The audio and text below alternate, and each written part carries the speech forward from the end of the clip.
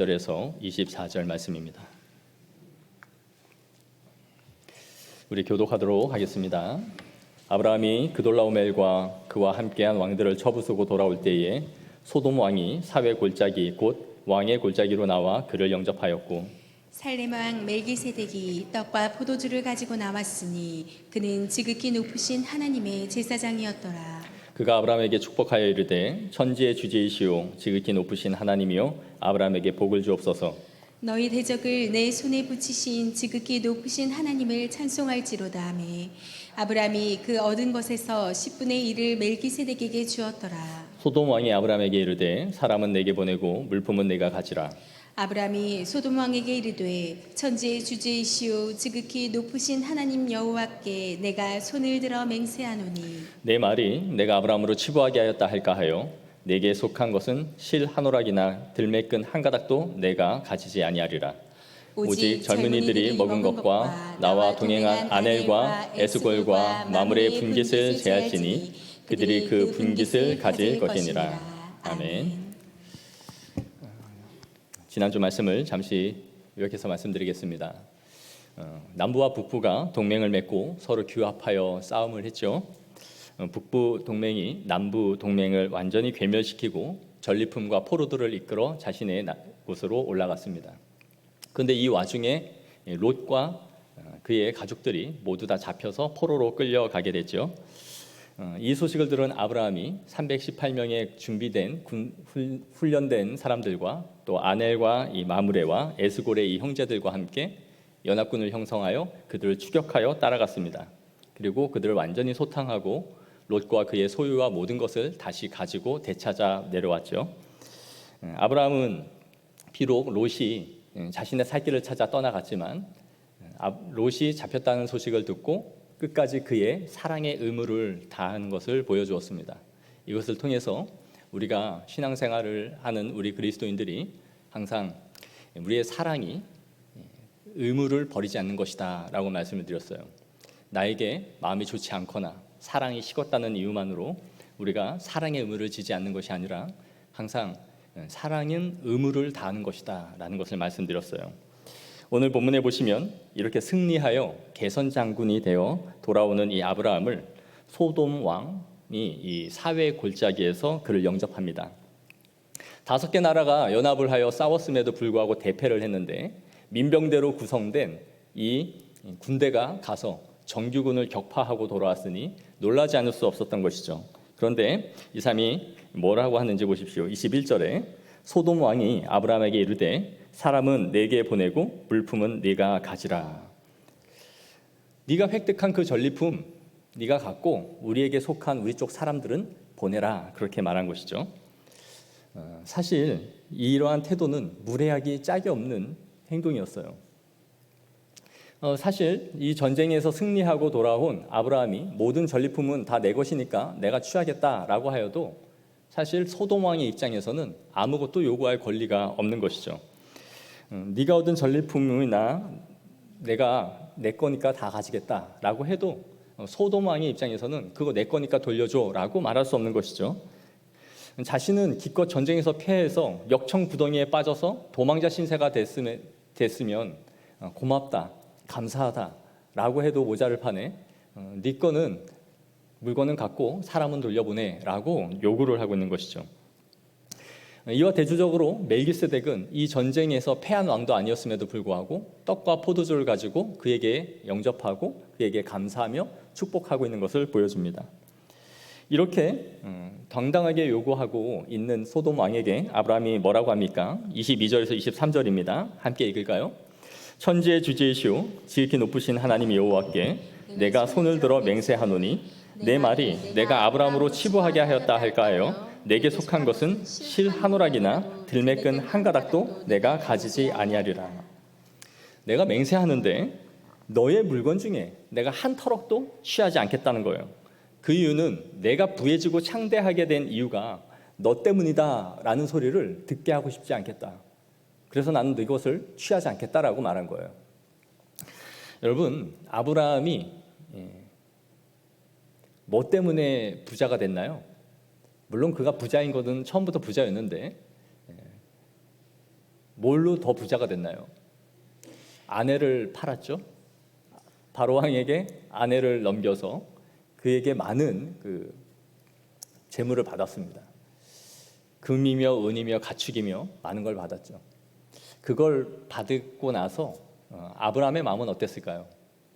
내가 아내 넘겨가지고 그래도 이렇게 꽤 많이 득을 봤다 그랬을까요? 아마 아브라함에게는 이것이 하나의 트라우마였을 것 같아요. 금은과 그 가축들을 보면서 내가 하나님을 의지하지 않고 인간적인 방법으로 살아보려고 했던 나의 잘못, 그것이 늘 생각났을 거예요.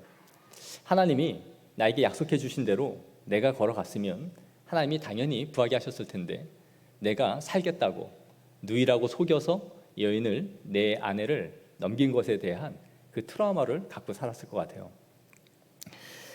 그래서 아브라함은 이 상황에서 오늘은 당당하게 말합니다. 나를 복되게 하시고 나를 부하게 하실 분은 하나님이지 네가 아니다. 하나님이 그렇게 인도하셨고 앞으로도 그렇게 인도하실 것인데 만약에 내가 부하고 강해지는 것을 보면서 저거 재물 내가 준 거야, 전리품으로 갖고 온 거 내가 그에게 줬기 때문에 아브라함이 부자가 돼서 저렇게 살아간다, 그 소리를 하지 못하게 하겠다. 하나님이 나에게 하신 것에 대해서 네가 감히 숟가락 얹어가지고 마치 너 때문에 내가 득을 보고 잘 살고 있는 것처럼 그런 말을 하지 않도록 하겠다라고 당당하게 말한 것이죠. 지난주에 아브라함이 이 전쟁을 한 이유가 단순히 가족을 살리기 위해서 잃어버린 자신의 재물을 되찾기 위한 전쟁이 아니다라고 말씀을 드렸죠. 아브라함은 분명히 이 싸움에 대한 명분이 있었어요. 그게 뭡니까? 이 땅은 하나님이 나에게 약속해 주신 땅, 나와 내 후손에게 주겠다고 하신 그 땅인데 이방 세력들이 와서 유린하고 짓밟고 돌아간 것은 하나님의 주권을 침해한 것이다. 그들의 영향력이 계속해서 내 후손들에게 앞으로 미칠 것을 생각했을 때 이것은 아니다. 나는 헤브론에서 어떤 피해도 보지 않았지만 내가 하나님이 하셔야 할 그 주권을 되찾아야 한다라는 그 사명감으로 이 전쟁을 임한 것이다라고 말씀드렸습니다. 내 명분이 북부나 남부의 전쟁과 같이 서로 뺏고 뺏기는 싸움을 한 것이 아니다. 나는 하나님의 일을 지금 수행하고 있다라는 사명으로 이 전쟁을 했다라고 말씀을 드렸어요. 그래서 오늘 아브라함은 이 전쟁에 대한 전리품을 스스로 다 포기해버리는 거예요. 내가 만약 무언가를 얻고자 했다면 당연히 취해야 되죠. 그런데 나는 이 재물에 대해서 손대지 않겠다라고 돌려보내는 것이에요. 여기에서 아브라함의 신앙이 드러나죠. 뭐라고 그가 하나님께 고백합니까? 천지의 주제이시오 지극히 높으신 하나님 여호와라고 말을 하는 거예요. 하늘과 땅의 모든 만물을 다스리시는 하나님이라고 고백한 것입니다. 즉, 이 전쟁을 승리하게 하시고 이 전쟁에서 내가 이길 수 있도록 하신 분이 하나님이라는 것을 고백한 것이죠. 내가 지략과 전략이 뛰어나서 이 전쟁에 승리한 것이 아니다. 하나님이 이끄시는 전쟁을 내가 수행하였기에 하나님께서 이 모든 것을 역사하시고 승리하게 하셨다라는 것을 고백한 거예요. 천지의 주제이시다. 그런데 너가 감히 나에게 재물을 주겠다고 하느냐? 그거 내가 받지 않아도 된다. 즉, 이렇게 내가 잘 승리한 것은 이 모든 것의 배후를 다스리시는 하나님이라는 것을 그가 잘 알고 있었던 것이죠. 저는 이것을 신적인 자신감이다라고 생각해요. 신적인 자신감. 하나님이 나와 함께 하시고 하나님이 내 인생을 이끌어 가신다라는 확신이 있는 이 신적인 자신감이죠. 그리스도인에게 이 신적인 자신감이 없으면 항상 이 세상의 권력자들에 의해서 우리가 편승하게 됩니다.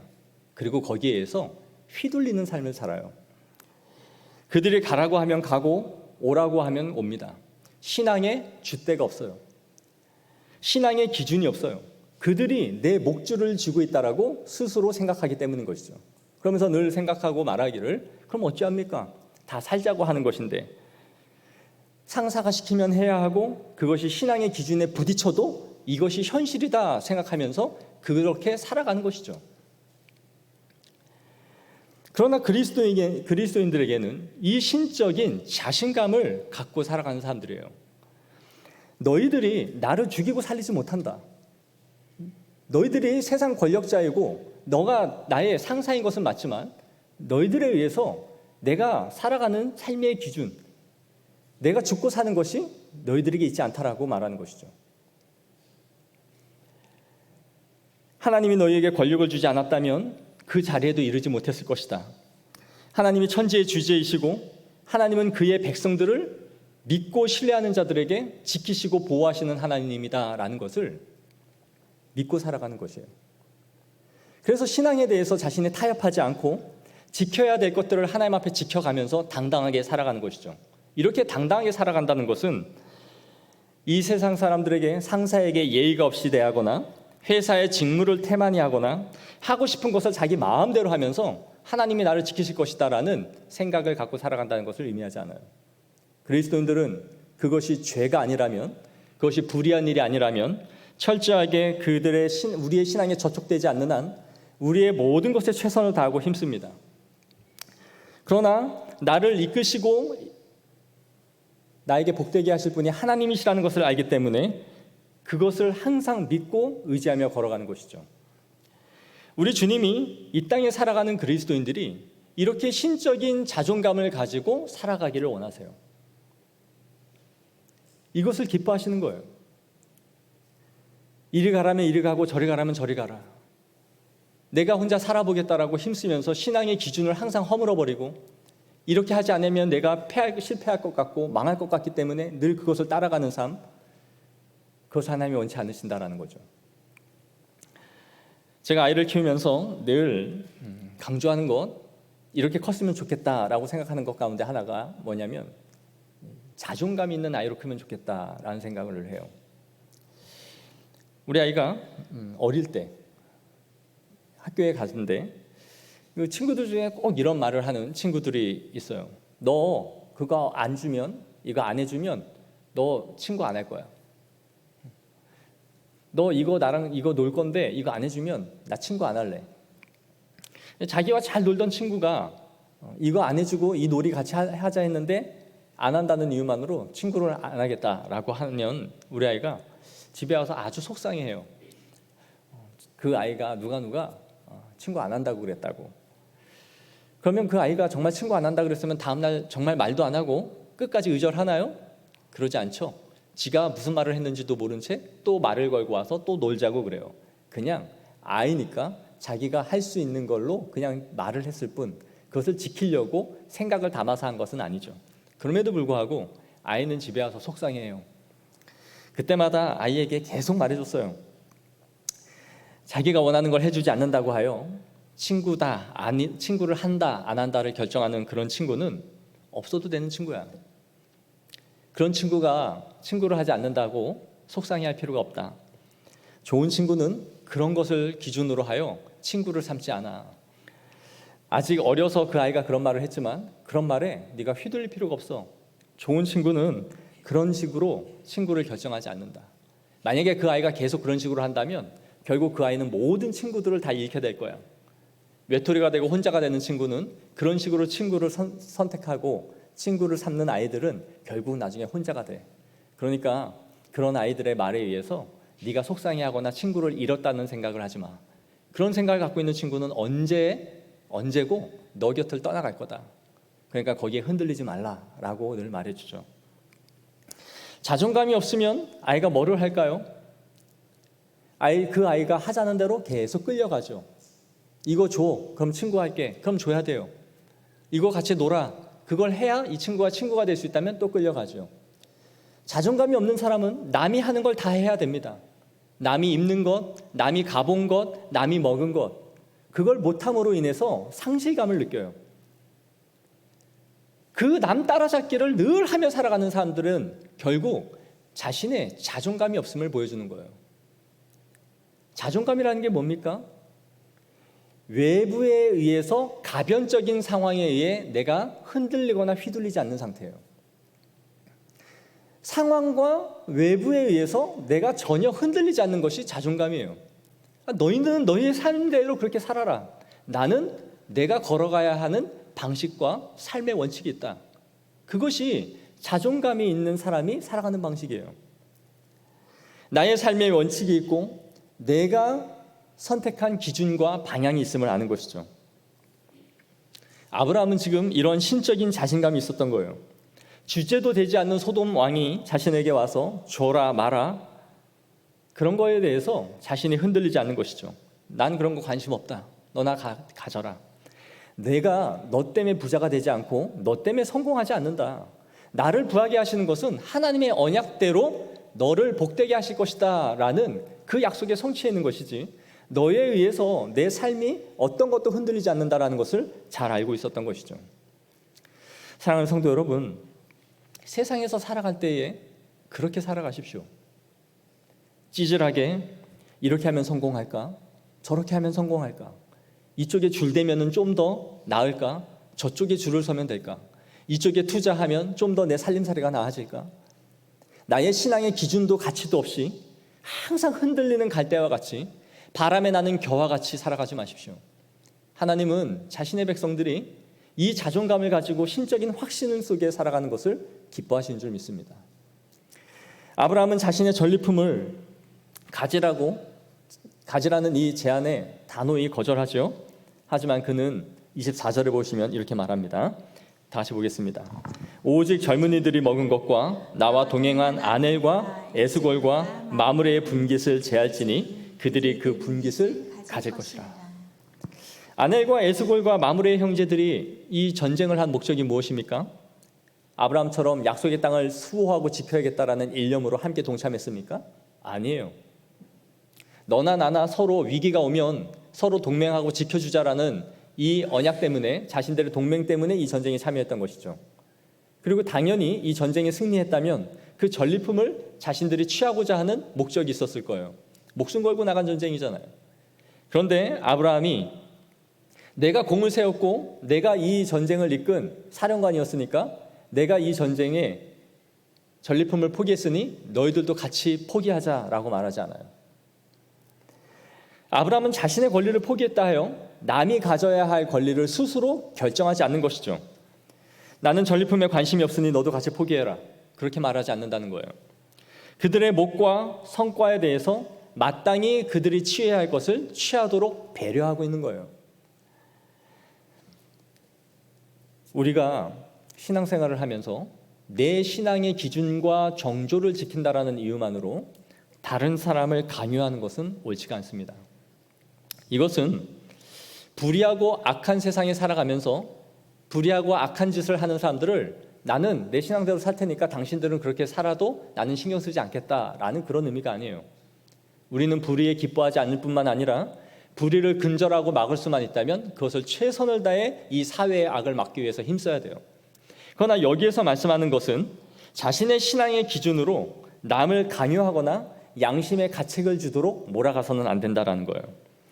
자신의 신앙의 기준으로 살아가는 것 때문에 그렇게 하지 않는 사람을 나쁜 사람으로 만들어서는 안 되는 것이죠. 이런 예가 적절할지는 모르지만 이런 적이 있었어요. 오래전에 동원 예비군에 소집이 돼서 2박 3일 동안 예비군 훈련을 받으러 간 적이 있습니다. 근데 예비군 훈련을 받으러 가면 마지막 날에 차비를 주잖아요. 거리에 비례해서 몇만 원씩을 다 차비로 주죠. 그런데 첫째 날 입소했는데 가면 보통 아는 사람이 별로 없어요. 다 아무 데서나 소집돼서 훈련받으러 왔기 때문에. 그 중에는 이제 고등학교 동창들을 만나는 경우가 있어요. 지역별로 데려가기 때문에. 저도 동창을 한두 명 만났습니다. 근데 거기에 있는 사람들 중에 열심히 떠들고 정말 쟤는 뭐야 할 정도로 쌀라대면서 아주 하루 종일 떠들고 말이 많은 애가 하나 있었어요. 근데 거기 있다가 기관병이랑 또 친해졌던 모양이에요. 그러면서 걔한테 야, 우리 내일 가는데 차비 주면 이 돈 다 모아가지고 너 줄게. 니들 회식해. 그러는 거예요. 그래서 뭐 그런가 보다 그러고 있었어요. 마지막 날이 돼서 정말 차비가 나왔는데 이 친구가 다 돌아다니면서 차비를 달라는 거예요. 얘네들 고생하니까 이거 모아가지고 얘네 우리 가면 회식하도록 돈을 주자라는 거예요. 생각하는데 야, 쟤네는 원래 군복무 하는 거고 고생은 내가 했지 왜 쟤들이 했어? 2박 3일 동안 하던 일 다 멈추고 여기 와가지고 지금 이러고 있는 것도 억울해 죽겠는데 뭐 근데 어쨌든 막 달라고 지가 하고 돌아다니니까 얼떨결에 몇몇이 안 주면 나쁜 놈 되는 것 같으니까 막 주는 거예요. 그래갖고 막 봉투를 모으는 거죠. 그러고 다니는데 어떤 사람이 난 싫은데 그랬어요. 썰렁해지죠. 그래서 주는 사람만 주고 안 주는 사람은 안 주게 된 거죠. 그냥 보면서 저 참 주제넘는 짓을 하고 있다. 저도 안 줬습니다. 주려면 지나 주지. 왜 남의 권리까지 뺏어가지고 선심을 쓰고 생색을 내면서 뭐 알지도 못하는 사람들한테 돌아다니면서 돈을 걷고 있는 거죠. 우리가 신앙생활을 하면서 남보다 더 많이 섬길 수도 있고 더 많이 헌금을 드릴 수도 있고 더 많이 자신의 권리를 포기하면서 봉사할 수 있습니다. 그러나 그것은 자신의 신앙으로 하는 것이지 남의 신앙의 자유까지 뺏으면서 할 필요는 없어요. 각자 자신의 신앙의 분량에 따라 할 수 있게 해주어야 되는 것이죠. 이렇게 아브라함은 계속해서 그의 마음과 생각이 큰 사람으로 자라가고 있다는 것을 성경은 보여주고 있습니다. 이렇게 깊은 생각과 덕을 발휘할 수 있는 더 넓은 생각을 할 수 있었던 이유는 그가 하나님에 대해서 차츰차츰 배워가고 있었기 때문이에요. 오늘 본문에 보시면 하나님을 뭐라고 고백합니까? 지극히 높으신 하나님, 천지의 주제시오 엘 엘론이라고 하나님을 말해요. 그런데 17장 1절에 가면 그가 뭐라고 하나님께서 그에게 나타나셔서 뭐라고 하시냐면 나는 전능하신 하나님이라 그렇게 말씀하세요. 네 언약을 실행하셔서 반드시 이루어가는 그 전능한 하나님이다라고 말씀하시는 거예요. 그리고 그 하나님이 21장의 브엘세바에 가면 뭐라고 말씀하시냐면 영원하신 여호와의 이름을 불렀으며 아브라함이 영원하신 하나님의 이름을 불렀다라고 기록되어 있어요. 22장에 가면 뭐가 나옵니까? 그의 아들 이삭을 하나님 앞에 바치라는 요구를 해요. 하나님이 지극히 높으신 하나님을 그에게 계시하시고 전능하신 하나님을 그에게 가르치시고 영원하신 하나님을 그에게 가르치신 거예요. 영원하신 하나님을 알게 한 이후에 네 아들 이삭을 나에게 바치라. 하나님을 알아가는 지식에 비례하여 그의 신앙이 계속해서 자라가고 있었던 것이죠. 하나님은 그에게 이끌어 가시면서 그가 어떤 하나님인지를 지금 계속해서 가르쳐주고 있는 거예요. 그렇게 하여 그의 믿음이 계속해서 자라가고 있고 그의 믿음의 크기에 따라서 하나님이 그에게 요구하시는 것이 조금씩 달라지고 있는 것이죠. 하나님은 그에게 먼저 천지의 주제이신 하나님을 가르쳐줌으로써 네가 능력이 있고 힘이 있어서 이 전쟁을 내가 이끈 것이 아니구나. 내가 밤에 그들을 급습하고 또 편대를 나누어서 조직적으로 잘 싸웠기 때문에 이 군대를 이긴 것이 아니구나라는 것을 알게 하신 것이죠. 이 배후를 승리하게 하신 분은 우리 하나님이었다라는 것을 알게 하신 것입니다. 잠언 3장 5절에 말씀하는 것처럼 너는 마음을 다하여 여호와를 신뢰하고 내 명철을 의지하지 말라. 너는 범사의 그를 인정하라. 그리하면 내 길을 지도하시리라. 스스로 지혜롭게 여기지 말지어다. 여호와를 경외하며 악을 떠날지어다. 믿음의 아브라함, 믿음의 조상 이 아브라함의 마음 가운데 이 생각이 점점 자리 잡아가고 있는 것이에요. 천지의 주제이시오 지극히 높으신 하나님이 이 모든 싸움을 승리로 이끌어가고 있다라는 것을 배워가고 있는 것이죠. 사랑하는 성도 여러분, 우리가 신앙생활을 한다라는 것은 자라가는 것을 의미합니다. 내가 젊어서 믿은 하나님과 지금 믿고 있는 하나님이 같아서는 안 돼요. 어릴 때 믿은 믿음과 지금 믿은 믿음이 동일한 선상에 놓여 있으면 안 돼요. 맨날 돈으로도 못 가요 하나님 나라, 얼굴이 예뻐도 못 가요 하나님 나라, 믿음으로 가는 나라 하나님 나라, 항상 이것만 말하고 있는 수준에 있으면 안 된다라는 거예요. 하나님을 자신의 인생 가운데 경험하는 거예요. 아, 하나님은 나의 삶 가운데 이렇게 역사하셨지? 내가 힘들고 어려울 때 하나님을 믿음으로 이렇게 의지하고 나아갔더니 이렇게 피할 길을 내셨지?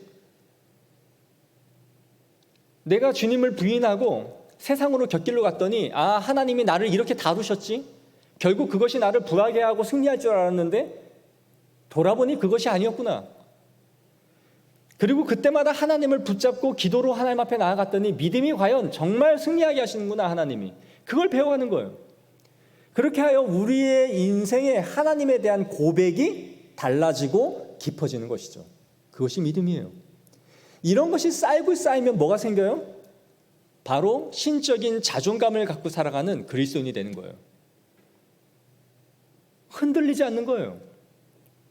돈이 좀 많다고 하여 하하거리고 돈이 없다고 하여 우울해지고 건강이 좀 있으면 살 것 같고 건강을 잃으면 비루해지고 우울감이 생기고 누가 나를 좀 인정해주고 치켜 세워주면 내가 뭐가 된 것 같고 누가 나를 무시하면 그대로 디프레스 돼서 눌려있고 그런 것에 의해서 흔들리지 않는 거예요. 왜요? 나는 하나님 앞에서의 자존감을 갖고 있으니까요. 세상이 나를 그런 걸로 흔들어 놓지 못한다. 모든 이 세상에 일어나는 삶의 문제를 지나가는 바람처럼 여길 수 있게 되는 거예요. 이것이 그리스도인이 갖고 있는 자존감인 줄 믿습니다. 이것을 갖고 살아가세요. 그리스도인에게 있는 자유함의 능력은 이런 것이에요. 진리가 너희를 자유케 하리라. 이 세상 사람들은 다 이런 것에 의해서 휘둘립니다. 이런 것과 남을 비교하여 열등감을 갖고 이런 것과 비교하여 남보다 조금 위에 있으면 자만하여지고 교만하고 우월감을 갖고 그들을 밑에서 내려다보고 깔아봅니다. 그러나 그리스도인들의 자존감은 여기에서 나오지가 않아요. 주 안에 있는 기쁨이며 주님 안에서 있는 흔들리지 않는 평안함이에요. 시몬스가 아니에요. 주님 안에 있는 흔들리지 않는 평안함은 여기에 있는 것입니다. 사랑하는 성도 여러분, 한 주를 살아갈 때에 이것을 기억하십시오. 내가 주님 안에 있으면 그 어떤 것도 나를 휘두르지 못한다. 하나님이 우리의 삶을 지키십니다. 권력자들이 우리의 직장 상사가 나의 삶을 휘어잡고 나를 높이기도 하고 끌어내리기도 하는 힘을 가진 자가 아니에요. 하나님 편에 서십시오. 하나님이 여러분의 삶을 이끄시며 높이시고 낮추시는 분이 하나님이신 줄 믿습니다. 그 은혜를 붙잡고 승리하는 그리스도인이 되어지기를 소망합니다. 기도하겠습니다. 하나님 아버지, 이 아브라함을 키워가시고 하나님에 대한 인식과 고백을 새롭게 하심으로 그의 신앙이 계속해서 자라가고 있음을 보게 됩니다. 우리의 믿음이 그렇게 자라가게 하여 주시옵소서. 자존감을 허락하여 주시고 세상에 흔들리는 그리스도인들이 아니라 우리의 신앙의 기준과 분깃을 우리의 푯대를 바르게 세워 하나님이 나에게 허락하신 것은 반드시 이룰 것이라는 믿음 안에서 주님을 붙잡고 살아가는 그리스도인이 될 수 있도록 오늘도 은혜와 힘을 공급하여 주시옵소서. 존귀하신 우리 주 예수 그리스도 이름으로 기도하옵나이다. 아멘. 우리 교회 소식 전해드리도록 하겠습니다. 새로 오신 성도님들